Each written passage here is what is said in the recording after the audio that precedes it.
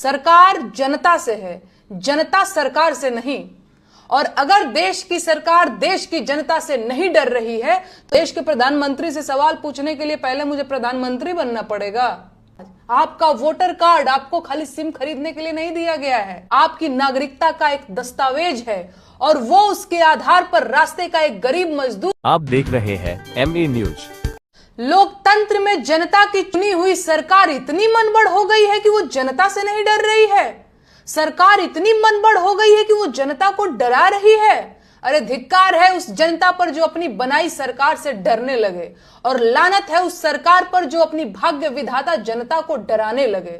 ये सरकार जनता की बनाई हुई है और जनता जब चाहे इसे बदल सकती है।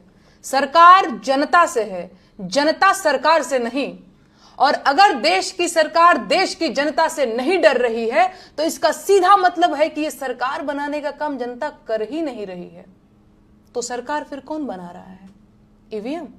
फिर तो हो चुका खेला, सरकार ईवीएम बनवा रही है और ईवीएम सरकार बनवा रही है। बढ़िया है फिर तो।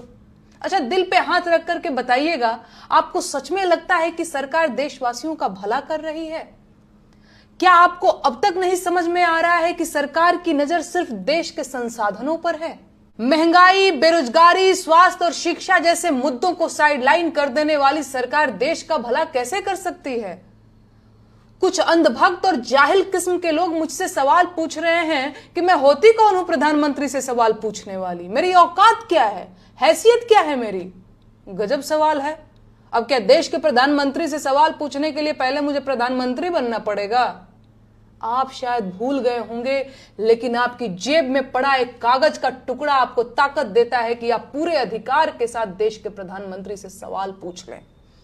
अपने सोए हुए दिमाग को जगाइए महाराज। आपका वोटर कार्ड आपको खाली सिम खरीदने के लिए नहीं दिया गया है, आपकी नागरिकता का एक दस्तावेज है और वो उसके आधार पर रास्ते का एक गरीब मजदूर भी प्रधानमंत्री से पूछ सकता है कि साहब मैं अब तक गरीब क्यों हूं?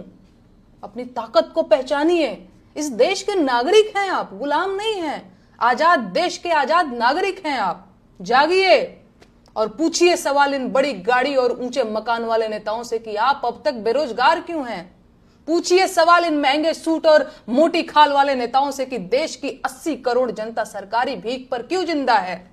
अपने जिंदा होने का सबूत दीजिए, सवाल पूछिए और अपना हक लीजिए।